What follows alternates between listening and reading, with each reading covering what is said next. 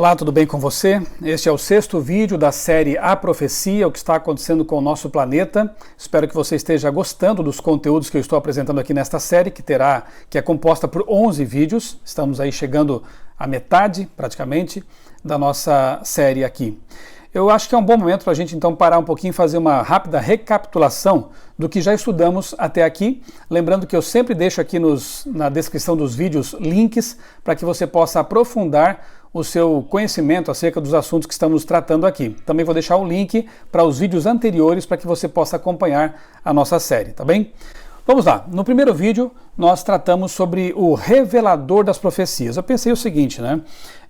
De que adianta a gente estudar as profecias bíblicas se nós não conhecemos o autor das profecias e tampouco o livro que contém essas profecias? Por isso, eu procurei começar com esses temas. O revelador das profecias, analisamos os principais argumentos que nos dão certeza, nos dão confiança, pelo menos, de que Deus existe. Analisamos os argumentos cosmológico, teleológico, e eu deixei para você também um link para que você pudesse ler um artigo a respeito do Teorema de Gödel, um teorema matemático de lógica que demonstra convincentemente, sim, a existência do Criador, a existência de Deus. Espero que você tenha apreciado esse primeiro vídeo. No segundo vídeo, nós falamos sobre a revelação.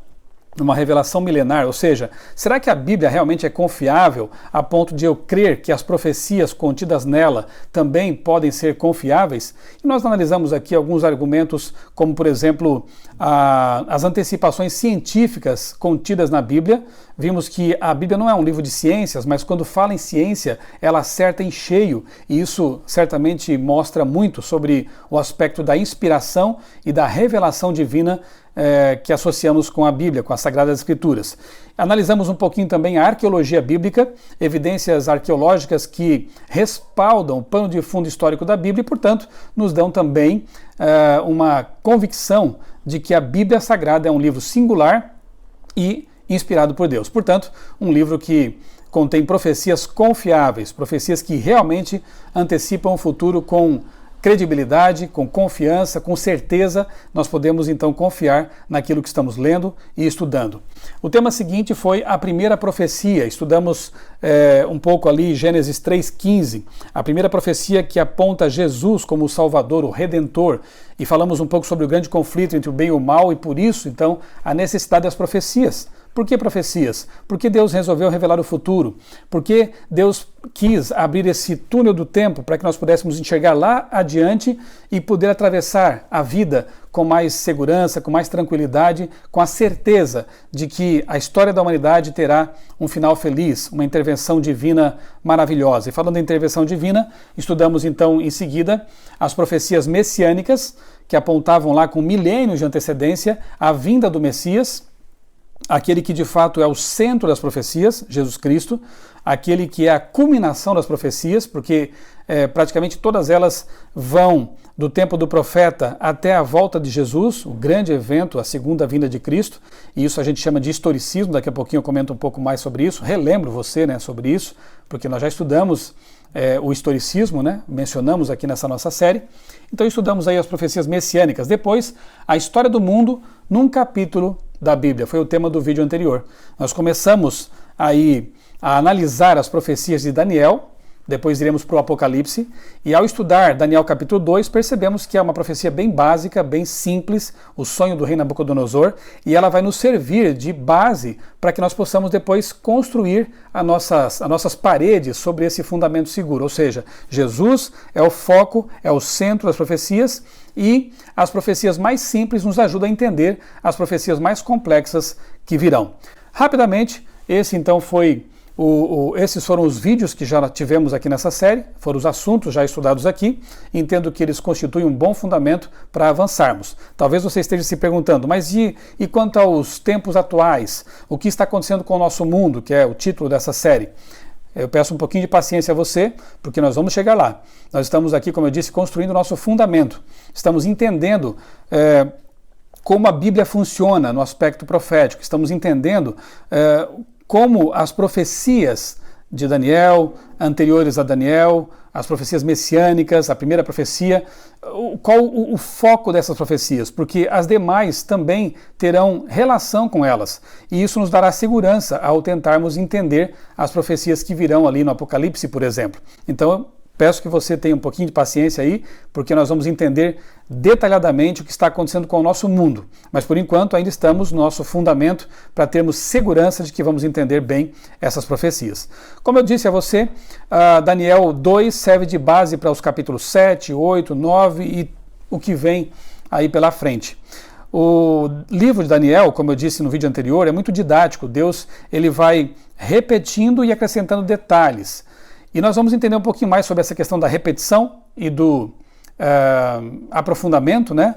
Repetição e ampliação, com a participação do pastor Sérgio Santelli, meu colega de mestrado, ele que é pastor e também mestre em teologia. Pastor Sérgio, muito obrigado por voltar e que Deus o abençoe seu ministério.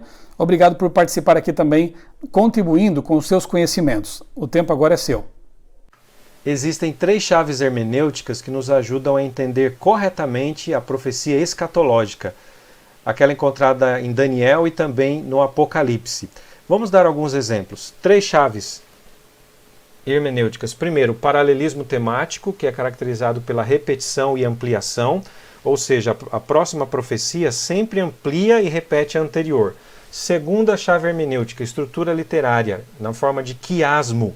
É a letra grega chi, que é em forma de um X.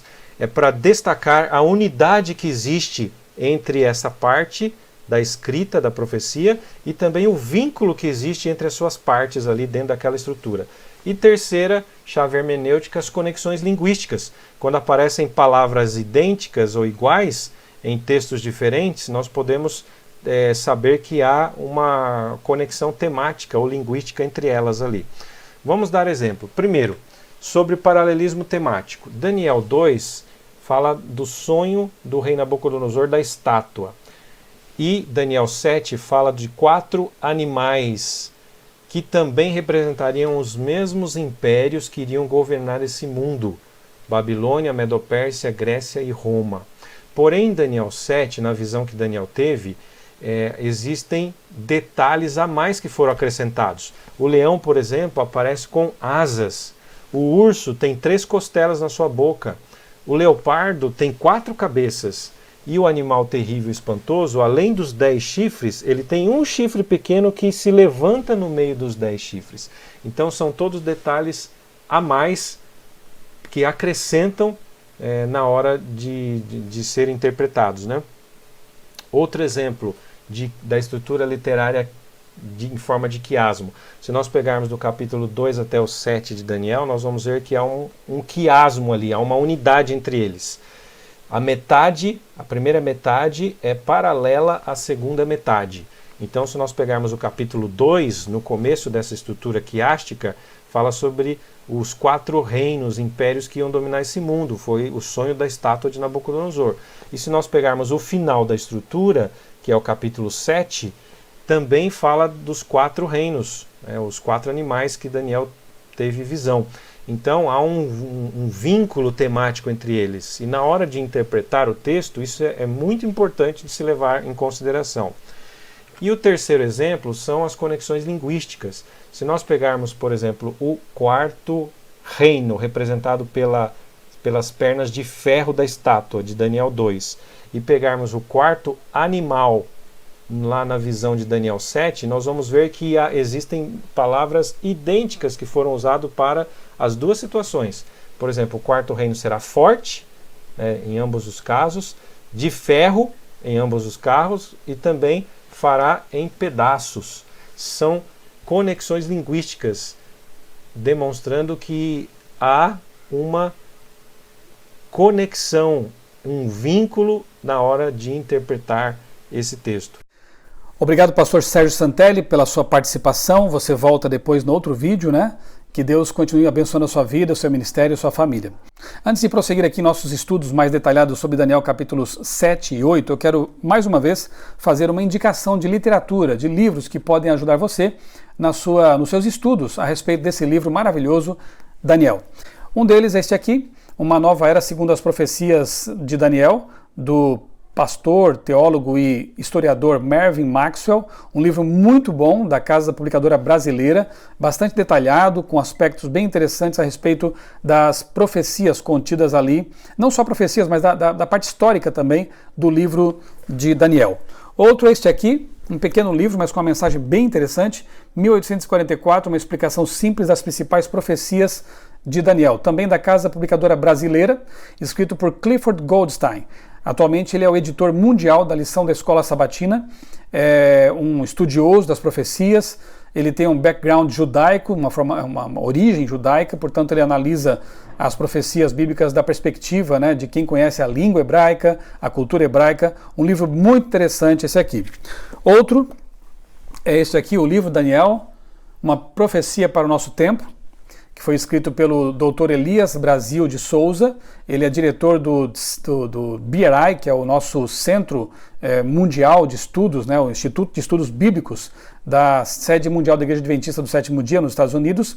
Eu tive o privilégio de ter sido aluno do Dr. Elias Brasil, no mestrado em Teologia, e é um profundo estudioso da Bíblia, também conhecedor das línguas originais da Bíblia, e nesse livro aqui ele faz uma análise capítulo por capítulo do livro de Daniel.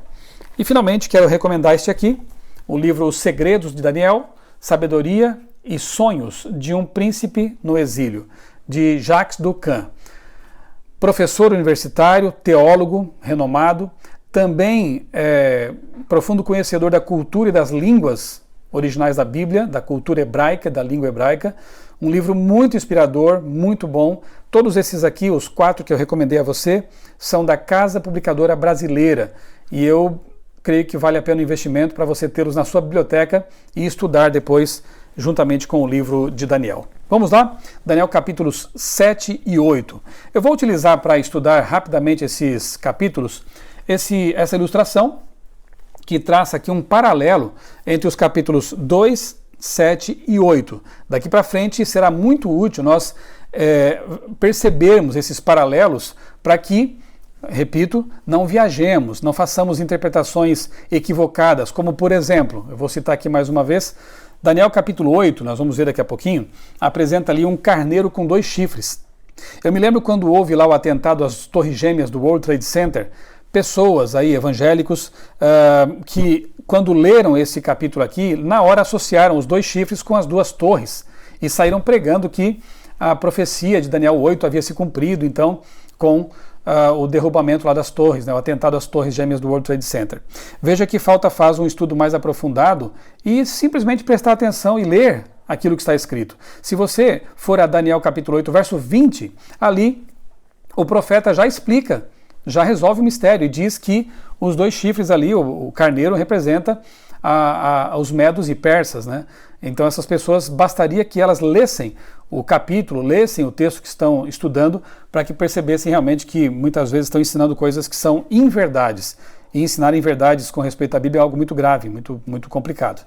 Vamos lá. Relembrando então o estudo anterior, Daniel interpreta o sonho do rei Nabucodonosor, que em sonho viu uma estátua, uma grande estátua, composta ali por alguns metais, que, segundo o profeta, representam reinos que sucederiam Babilônia. Portanto, Nabucodonosor, cabeça de ouro, Babilônia, que foi lá do ano 605 a 539 a.C., os peitos e braços de prata representam a Medo-Pérsia, o ventre e as coxas de bronze representam a Grécia, as pernas de ferro representam Roma e os pés com aquela mistura estranha, né, imissível, como eu disse no vídeo anterior, barro e ferro, são um reino dividido e curiosamente, a Europa ela surge da fragmentação do Império Romano e, de fato, há países até hoje lá fortes e fracos, tentaram se misturar por casamentos, como vimos no estudo anterior, e não foi possível. Portanto, a Europa seguirá fragmentada até a volta de Jesus. Por mais que vários personagens históricos do passado e até atuais tentaram e tentem unificar a Europa, isso não mais será possível, porque a profecia não vê esse tipo de coisa. Resta apenas a pedra que vem lá do céu, não enviada por mãos humanas, portanto uma intervenção sobrenatural, atingir a estátua nos pés, derrubando os reinos do mundo, estabelecendo o reino eterno, que nós entendemos ser a volta de Jesus. Por sinal, Jesus na Bíblia é apresentado como a pedra, a rocha, o fundamento, né? A pedra angular. Muito bem, Daniel 2 foi isso. Daniel 7 apresenta a mesma sucessão de reinos, e Daniel mesmo interpreta, né, como sendo assim, só que utiliza elementos diferentes, utiliza animais quimeras aqui, né, animais com características misturadas. Você vê claramente que são elementos simbólicos, porque esses animais não existem. Um leão com asas, que claramente está associado com a cabeça de ouro da estátua, Babilônia. Depois aparece um urso com 3 costelas, que derrotou 3 povos para se estabelecer. Esse urso representa os medo-persas. Interessante que a profecia diz que esse urso ele tem um lado maior que o outro, né? Isso vai aparecer de novo mais adiante, mas a gente vê que de fato os persas tinham mais força do que os medos, ok? Depois do urso vem um animal, um leopardo com 4 asas, o que representa velocidade, representa conquistas rápidas, e esse leopardo simboliza, sim, a Grécia. Depois, um animal terrível aparece na história, tem dentes de ferro, curiosamente as pernas, né, são compostas de ferro também, lá da estátua. Esse animal terrível, ele representa Roma, e depois aparece no cenário profético uma ponta pequena, um chifre pequeno a princípio, depois ele cresce, torna-se poderoso, um chifre que tem características interessantes, como, por exemplo, ter uma boca que profere blasfêmias, arrogâncias. Isso se repetirá no capítulo 8, depois do Apocalipse 13, guarde esses detalhes. Um chifre que fala, profere blasfêmias, persegue o povo de Deus, né? No verso 25, inclusive, é dito que esse chifre, esse poder representado pelo chifre, note que animais e chifres representam poderes ou reinos, esse chifre ele perseguiria o povo de Deus e procuraria mudar os tempos e a lei de Deus. Então nós temos que olhar para trás na história e perceber que poder humano teve essa pretensão, essa arrogância blasfema de se intrometer na lei de Deus e tentar mudar os mandamentos de Deus. Esse é o poder, esse é o chifre pequeno aqui na profecia. No capítulo 8 nós vemos também essa sequência de reinos. Veja como o historicismo é importante. A gente nota aqui que a profecia sempre começa no tempo do profeta e avança ao longo dos séculos e milênios até chegar à volta de Jesus. Como no capítulo 8 Babilônia já havia passado, já havia sido derrotada pelos medo-persas, Daniel começa com a Medo-Pérsia. Então, o carneiro com 2 chifres, que o próprio Daniel lá no verso 20 afirma ser a Medo-Pérsia, representa esse reino. Ele está ali dominando o pedaço, né, conquistando o território, quando entra em cena então um bode com um chifre notável entre os olhos. Esse bode representa a Grécia, o próprio profeta demonstra isso e a história confirma. A Grécia domina a Medo-Pérsia, né? E esse grande chifre no meio da testa, um bode unicórnio, né, que é um animal estranho, mas esse grande chifre aí é o seu grande rei, ou seja, Alexandre o Grande, que é quebrado no auge da sua força, ou seja, Alexandre morreu muito jovem, né? Alexandre então morre no vigor da juventude e em seu lugar, diz a profecia, surgem 4 chifres. No lugar daquele grande chifre, Alexandre o Grande, surgem 4 chifres. Perfeição da profecia bíblica, porque quando Alexandre morre sem deixar um sucessor, 4 generais dele, Cassandro, Lisímaco, Ptolomeu e Seleuco, dividem o império em 4 partes, exatamente como estava profetizado aqui. E em seguida aparece de novo aquela figura misteriosa chamada de chifre pequeno. Pequeno no começo, porque depois se torna grande, se torna poderoso. E ele persegue o povo de Deus, e aqui inclusive é mencionado um tempo de perseguição. Aliás, um tempo, 2 tempos, metade de um tempo, que dá 3 anos e meio. Aqui nós temos então 3 anos e meio, que multiplicados pela quantidade de dias do ano judaico, dá exatamente 1260 dias. Como são dias proféticos, nós temos então um período de perseguição terrível de 1260 anos. Nós voltaremos a esse período profético mais adiante, tanto aqui em Daniel quanto também em Apocalipse, você vai se recordar disso. 1260 anos de perseguição desse poder chamado aqui de ponta pequena, que no Apocalipse 13 é a besta.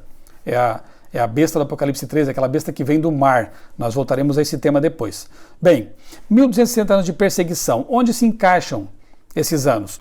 Os teólogos e estudiosos das profecias de Daniel e Apocalipse entendem que esse período é compreendido entre os anos 538 e 1798. O que aconteceu nesses extremos da profecia, do período profético? Em 538, Justiniano permitiu que a Igreja Romana perseguisse todos aqueles a quem ela chamava de hereges, aqueles que não aceitavam seus dogmas, não aceitavam a paganização da igreja que já começava a acontecer nessa época. Substituição de mandamentos de Deus por mandamentos humanos, adoração de imagens, culto aos mortos e coisas mais que vão por aí. Nós vamos estudar depois mais com mais detalhamento. Então, a partir desse período de 538, começa a haver uma perseguição terrível contra aqueles que não se dobravam à autoridade da igreja. Em 1798, essa mesma igreja sofre uma ferida mortal, um golpe mortal, quando Berthier, um general de Napoleão Bonaparte, prende o líder da igreja, o Papa, e então, aparentemente, a igreja teve ali seu fim decretado. Não aconteceu isso, naturalmente, nós veremos mais adiante, mas esse ano marca 1798, então, o período de supremacia dessa igreja de 1260 anos. São temas muito interessantes, eu creio que merecem inclusive um aprofundamento. Eu vou deixar aqui no link do vídeo 2 palestras explicando em detalhes o capítulo 7 e o capítulo 8 também. Espero que com essa rápida explicação você tenha conseguido se situar aí no assunto. Nós voltaremos no próximo vídeo com a profecia mais longa da história, a profecia mais longa da Bíblia, que é uma retomada de um ponto que no capítulo 8 fica obscuro para Daniel.